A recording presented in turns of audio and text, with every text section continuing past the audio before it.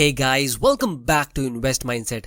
दोस्तों, आज हम फाइनेंशियल फ्रीडम के बारे में बात करेंगे, यानी एक ऐसी लाइफ जहां आपको पैसों के बारे में जरा भी टेंशन लेने की जरूरत नहीं होगी। जब आप शॉपिंग मॉल या डिनर पे जाओगे तो आपको किसी भी चीज को ऑर्डर करने से पहले प्राइस देखने की जरूरत नहीं होगी, और न ही आपको कोई ऐसा जॉब करने की जरूरत होगी जिसे आप पसंद नहीं करते हो। आपका टाइम आपका खुद का होगा। आप दिन भर जिससे मिलना चाहते हो और जो भी काम करना चाहते हो वो कर सकोगे। उसके लिए आप फ्री रहोगे, जिसको हम रियल फ्रीडम कहते हैं। तो इस स्टेज पे हम पहुंचेंगे कैसे? दोस्तों, इसी चीज को हम आज की वीडियो में डिस्कस करेंगे काफी डिटेल में। तो आज की वीडियो में हम फाइनेंस और फाइनेंशियल फ्रीडम की सबसे इम्पोर्टेंट चीज के बारे में बात करेंगे, जैसे फायर, फायर्ड, फैट फायर और दूसरे और भी कॉन्सेप्ट्स। और ये सब हम काफी सिंपल लैंग्वेज में कवर करेंगे, जिसे आप अपने फ्रेंड्स के साथ शेयर कर सकते हो, जिसको फाइनेंस की ABCD भी पता नहीं होगी उसके साथ भी। यहाँ तक कि आप ये 10 साल के बच्चों के साथ भी शेयर कर सकते हो। तो ये वीडियो आपकी फाइनेंशियल फ्रीडम की जर्नी में काफी ज्यादा इंपॉर्टेंट होने वाला है, क्योंकि इसमें आपको नॉलेज, मोटिवेशन और डायरेक्शन तीनों मिलेगा। इस बात की मेरी गारंटी है। तो वीडियो को एंड तक जरूर देखना, क्योंकि दोस्तों अगर आपने इसे नहीं देखा तो शायद आप रैट रेस में फंसे रह जाओगे। तो चलिए शुरू करते हैं। I studied the 10 most powerful M. It took me through the. तो चलिए शुरू करते हैं। तो दोस्तों, जब भी मैं इन्वेस्टमेंट की बातें करता हूँ अपने किसी फ्रेंड से, या अगर आप भी कभी ये टॉपिक डिस्कस करते होगे, तो हमें दो टाइप के लोग मिलते हैं। एक वो जो ये कहेंगे कि हमें एक ही लाइफ मिलती है और ये जवानी भी हमें एक ही बार मिलती है, तो हमें अभी लाइफ को एंजॉय करना चाहिए और फ्यूचर के बारे में इतना सोचना नहीं चाहिए। लेकिन दूसरी तरफ कुछ लोग आपको ऐसे मिलेंगे जो कहेंगे कि आपको अपने रिटायरमेंट और अपने बच्चों के बारे में सोचना चाहिए कि आप 50-60 साल की एज में क्या करोगे, एक्सेट्रा एक्सेट्रा। तो उसके लिए आपको अभी कम पैसे खर्चा करके सेविंग्स करना चाहिए, ताकि आप फ्यूचर में एंजॉय कर सको, जिसके लिए आपको अपने प्रेजेंट को पूरी तरह सैक्रिफाइस करना चाहिए। तो यहाँ पे हम सुने किसकी, कौन सही है?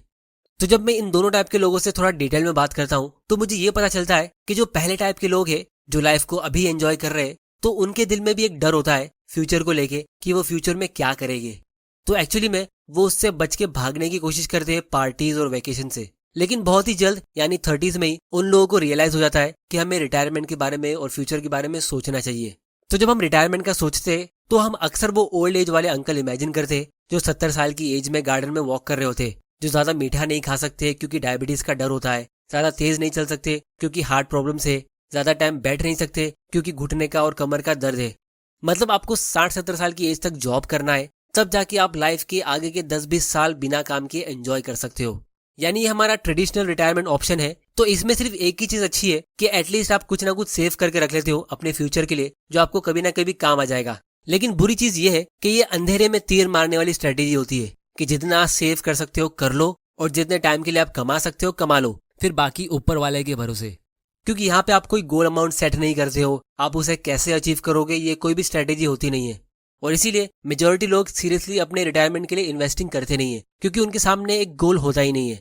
और काफी बार लोग अपनी इन्वेस्टिंग पोस्टपोन भी कर लेते कि चलो इसे हम बाद में देख लेंगे, और इसीलिए लोग जिंदगी भर काम करते रह जाते और फिर लाइफ के आखिर में उन्हें बहुत सारे रिग्रेट्स होते कि उन्होंने पूरी तरह लाइफ को एंजॉय नहीं किया।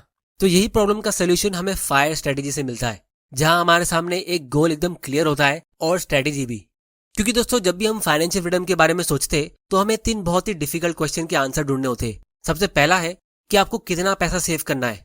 फिर दूसरा ये कि वो अमाउंट तक हम पहुंचेंगे कैसे, क्योंकि वो यूजुअली एक बहुत बड़ी कीमत होती है। और फिर तीसरा, उसको हम कहाँ इन्वेस्ट करेंगे। तो ये 3 काफी डिफिकल्ट क्वेश्चन है जिसके आंसर लोग ढूंढ नहीं पाते, और इसीलिए मेजोरिटी लोग यहाँ पे कंफ्यूज होके शुरू होने से पहले ही गिव अप कर देते। लेकिन दोस्तों, अब आपको ये तीनों क्वेश्चन का आंसर काफी क्लियरली मिलने वाला है, जिससे आपकी फाइनेंशियल फ्रीडम की जर्नी काफी स्मूथ हो जाएगी। तो आगे बढ़ने से पहले इस वीडियो को लाइक जरूर कर देना, ताकि मुझे पता चल सके कि आप तक वैल्यू पहुंच रही है। और अगर आपने अभी तक चैनल को सब्सक्राइब नहीं किया है तो जल्दी से कर लो, और बेल आइकन को प्रेस करना मत भूल जाना, ताकि आपसे कोई वैल्यूएबल वीडियोस मिस ना हो जाए। और दोस्तों, कुछ लोगों के हमें मैसेजेस आ रहे थे कि उन्होंने हमारे कोर्स के अर्ली बर्ड डिस्काउंट को पिछले हफ्ते मिस कर दिया था। तो हाई डिमांड की वजह से हमने ये अर्ली बर्ड डिस्काउंट को एक्सटेंड किया है इस हफ्ते के लिए। तो जो भी मेरे इस पहले स्टॉक मार्केट के कोर्स के लिए इंटरेस्टेड है, जिसमें मैं काफी सारी चीजें सिखाने वाला हूँ, बेसिक्स ऑफ स्टॉक मार्केट से लेके एक अच्छा स्टॉक पोर्टफोलियो कैसे बनाए, और इसके बीच में आपको जो भी चीजें सीखना जरूरी है वो सब कुछ, तो ये एक बिगिनर टू प्रो लेवल का कोर्स होगा। तो वो इस फॉर्म को फिल कर सकते हैं। अगले हफ्ते की वीडियो में हम इसका नेक्स्ट स्टेप बताएंगे कि आपको ये कहाँ और कैसे मिलेगा। तो दोस्तों, आज की वीडियो में हम इस फायर और फायर्ड स्ट्रेटेजी को डिटेल में डिस्कस करेंगे। अगले हफ्ते हम ये समझेंगे कि उस अमाउंट को आप सेव कैसे करोगे। तो सबसे पहले हम ये समझते कि हमें कितना अमाउंट चाहिए फाइनेंशियल फ्रीडम अचीव करने के लिए, क्योंकि ये चीज मैंने हमेशा नोटिस की है कि लोग इसका सही आंसर कभी पता लगा नहीं पाते। अगर आप किसी भी इंसान से पूछो कि उसे कितने पैसे चाहिए होंगे फाइनेंशियल फ्रीडम के लिए, तो लोग हमेशा कोई बड़ा अमाउंट रैंडमली चूज करेंगे। जैसे कोई लोग कहेंगे 5 करोड़, या कोई कहेगा कि फ्यूचर में महंगाई बढ़ सकती है तो चलो 10 करोड़ ले लो। फिर लोग कंफ्यूज होकर कहेंगे कि ये भी कभी फ्यूचर में खत्म हो जाएगा तो हमें और ज्यादा काम करना पड़ेगा, और इसीलिए लोग अक्सर लाइफ टाइम काम करते रह जाते। तो इस कंफ्यूजन का रीजन ये है कि हम फ्यूचर को लेके कभी श्योर नहीं हो सकते। फ्यूचर में क्या होगा ये किसी को नहीं पता है, और इसीलिए लोग अपना गोल अमाउंट ही एस्टिमेट नहीं कर पाते, तो उसे अचीव करना तो एक बहुत ही दूर की बात है। और शायद इसी वजह से हम इंडियंस सेविंग्स तो कर लेते, लेकिन फिर भी हम फाइनेंशियली इंडिपेंडेंट या रिच नहीं होते, क्योंकि हमारे पैसे बैंक के सेविंग्स अकाउंट में या एफडी में रह जाते, या लोग कहीं भी पैसा इन्वेस्ट कर देते जहां उन्हें ज्यादा प्रॉफिट मिलने का चांस लगता है, लेकिन अल्टीमेटली लोगों को वहां से लॉस मिल जाता है। तो दोस्तों, आपको कितना अमाउंट चाहिए उसके लिए मैं आप लोगों को काफी सिंपल आंसर देता हूँ। आपका फिलहाल जितना भी खर्चा होता है, आपकी पूरी फैमिली का हर एक एक्सपेंस, अगर आपको उतना अमाउंट बिना काम किए मिल जाए तो आपको काम करने की जरूरत ही नहीं होगी। आपका टाइम फ्री होगा, जिसका मतलब है आप फाइनेंशियली फ्री हो जाओगे। तो मान लो कोई इंसान मुंबई जैसे महंगे शहर में रहता है, तो हो सकता है कि उसका मंथली खर्चा 80,000 रुपए का हो, यानी 10 लाख रुपया साल का। या फिर अगर कोई इंसान किसी छोटे गाँव में रहता है, तो हो सकता है कि उसके पूरे साल के एक्सपेंसेस 2-3 लाख रुपए में कवर हो जाए। तो आपका खर्चा कम भी हो सकता है, ज्यादा भी हो सकता है, लेकिन ये स्ट्रेटेजी हर किसी के लिए काम करेगी। तो यहाँ पे इस वीडियो के लिए मैं एक सिंपल नंबर लेता हूँ, जो है 33,000 पर मंथ, जो साल का होता है ऑलमोस्ट 4 लाख रुपया। तो अब हम ये फायर स्ट्रेटेजी को समझ लेते हैं। फायर यानी financial independence and retire early. इस कॉन्सेप्ट को यूएस के एक फाइनेंशियल प्लानर ने, जिसका नाम है विलियम बैगन, उसने इन्वेंट किया था। तो इन्होंने काफी सारी रिसर्च के बाद और काफी सारे कंप्यूटर सिमुलेशंस और सिनारियोस को एनालाइज करने के बाद ये कंक्लूड किया कि अगर आप अपने सालाना खर्चे का 25 गुना अमाउंट सेव करके इन्वेस्ट कर लेते हो ऐसी जगह पे जहां आपको 4% का रिटर्न मिलता है, तो फिर आपको लाइफ में कभी काम करने की जरूरत होगी ही नहीं। अब इसका मतलब ये है कि अगर आपका मंथली खर्चा 33,000 है, मतलब साल का 4 लाख रुपया, तो अगर आपको हर साल 4 लाख का प्रॉफिट अपने इन्वेस्ट किए हुए पैसों से मिल जाता है बिना काम किए, तो आपको पैसों की टेंशन लेने की जरूरत नहीं होगी। और ये 4 लाख रुपए हमारे सेव किए हुए पैसों का 4% होगा। मतलब अगर ये 4 लाख 4% हुआ तो 100% कितना होगा, यानी आपको टोटल कितना पैसा जमा करके रखना है, तो वो है 1 करोड़। तो ये वो टारगेट है जिसे आपको सेव करना है अर्ली फाइनेंशियल फ्रीडम के लिए, फायर स्ट्रेटेजी के हिसाब से। अब ये 1 करोड़ का पोर्टफोलियो सुन के आप लोग सोच रहे होंगे कि ये कैसे पॉसिबल है, इतने पैसे जमा कैसे होंगे। तो उसको हम नेक्स्ट वीडियो में काफी डिटेल में डिस्कस करेंगे। फिलहाल के लिए हम ये स्ट्रेटेजी को समझ लेते हैं। तो इस फायर स्ट्रेटेजी का बेसिक रूल ये है कि आपको अपने ईयरली एक्सपेंस का 25 गुना सेव करके रखना है, जो ये केस में 4 लाख मल्टीप्लाइड बाय 25, तो वो होता है 1 करोड़। तो जब आप 1 करोड़ का पोर्टफोलियो बना लोगे और उसे ऐसी जगह इन्वेस्ट कर दोगे जहां से आपको 4% का रिटर्न मिले, तो 1 साल बाद आपको अपने इन्वेस्टेड अमाउंट पे, यानी 1 करोड़ पे 4% का रिटर्न मिलेगा, जो 4 लाख का होगा, जिसे आप विड्रॉ करके अपने यूज में लोगे। फिर अगले साल वापस आपका इन्वेस्टमेंट ग्रो होगा। जैसे अगर आपने ये पूरा पैसा किसी सेविंग्स अकाउंट में इन्वेस्ट किया, तो इंडिया में आपको 4% तो यूं ही मिल जाता है। तो अगले साल आपको वापस 4 लाख रुपीज का प्रॉफिट होगा, जिसे आप अगले साल वापस विड्रॉ करके अपने यूज के लिए ले सकते हो। और फिर इसी तरह ये प्रोसेस चलता रहेगा और आपको कभी काम करने की जरूरत होगी नहीं। तो इसे हम 4% रूल कहते हैं। और इसका सबसे बड़ा बेनिफिट ये है कि इसमें आप काफी जल्दी फाइनेंशियल फ्रीडम अचीव कर सकते हो, क्योंकि अगर हम ट्रेडिशनल रिटायरमेंट ऑप्शन की बात करें तो उसमें हमें पता नहीं होता है कि हमें कितना सेव करना है और फिर उन पैसों को हमें कैसे यूज करना है। लेकिन यहाँ पे आपके पास टारगेट भी है और विड्रॉ करने की स्ट्रेटेजी भी। लेकिन दोस्तों, इस स्ट्रेटेजी में भी कुछ प्रॉब्लम्स है। सबसे पहले तो ये कि ये विड्रॉ करने वाला फंडा बहुत ही रिस्की है। इसमें आपके सेव किए हुए कीमती कैपिटल के बिल्कुल जीरो होने का डर होता है। मतलब रिटायरमेंट के कुछ सालों बाद ऐसा भी हो सकता है कि आपका पोर्टफोलियो बिल्कुल जीरो हो गया है। अब आप कहोगे कि ये कैसे हो सकता है, इतना बड़ा अमाउंट हमारा जीरो कैसे हो सकता है, और अगर जीरो हो सकता है तो फिर ये 4% सेफ विड्रॉल रेट कैसे हुआ। तो इसको हम एक एग्जांपल से समझते हैं। मान लो आपका सालाना खर्चा वही 4 लाख रुपए का है और काफी सालों तक आपने सेविंग्स की और उसे स्टॉक्स के पोर्टफोलियो में या म्यूचुअल फंड्स में इन्वेस्ट किया, और फाइनली आपका टोटल पोर्टफोलियो ग्रो होके 1 करोड़ रुपए का हो जाता है। और जैसे ही ऐसा होता है तो आप खुशी से अपने जॉब को छोड़ देते हो और दूसरी सिटी में घूमने निकल जाते हो। लेकिन अगले ही साल मार्केट क्रैश हो जाता है और 50% से गिर जाता है।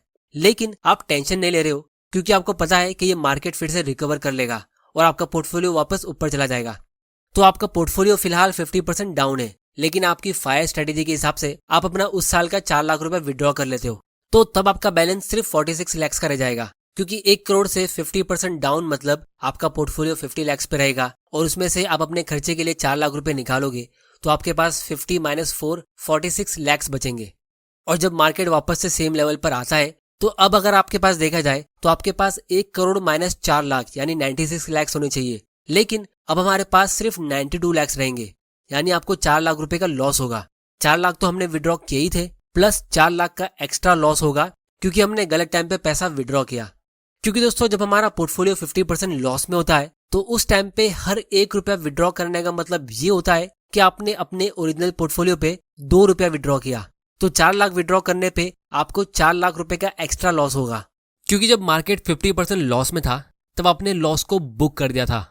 अगर आप नहीं सेल करते और फिर मार्केट रिकवर कर लेता तो आपका लॉस नहीं होता, लेकिन क्योंकि इस फायर स्ट्रेटेजी के हिसाब से हमें विड्रॉ करना ही पड़ता है तो आपको बैड मार्केट में भी लॉस बुक करना पड़ेगा और पैसों को विड्रॉ करना पड़ेगा, जिससे आपका 25 टाइम्स का जो बैलेंस है वो कम हो जाएगा।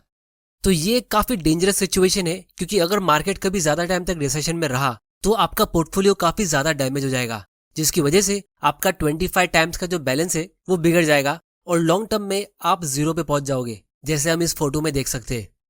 और ये ऐसे टाइम पे जीरो होगा जब आप काफी ज्यादा बूढ़े हो चुके होगे और आपकी काम करने की शायद कैपेसिटी ना हो। और इसीलिए इस प्रॉब्लम को सॉल्व करने के लिए ये फायर कम्युनिटी के लोगों ने एक मॉडिफाइड फायर स्ट्रेटेजी बनाई जिसका नाम है फैट फायर। तो अब हम ये समझते कि ये फैट फायर क्या होता है। तो जैसा पहले हम फायर स्ट्रेटेजी के हिसाब से अपना सालाना खर्चे का 25 टाइम्स सेव करते थे, लेकिन अब हमने वो अमाउंट मोटा कर दिया है, यानी डबल। यानी अब हमें अपने ईयरली एक्सपेंस का 25 नहीं बल्कि 50 टाइम्स सेव करना है, जिसकी वजह से आप अपने एक्सपेंस को डबल कर सकते हो। या फिर अगर मार्केट कभी क्रैश भी होता है और उस टाइम पे भी आप विड्रॉ करते हो तो आपके पोर्टफोलियो के जीरो होने के चांसेस बहुत ही कम हो गए। तो बेसिकली अगर आप अपने एक्सपेंसेस डबल नहीं भी करते हो तो ये एक्स्ट्रा अमाउंट एक मार्जिन ऑफ सेफ्टी की तरह काम करता है।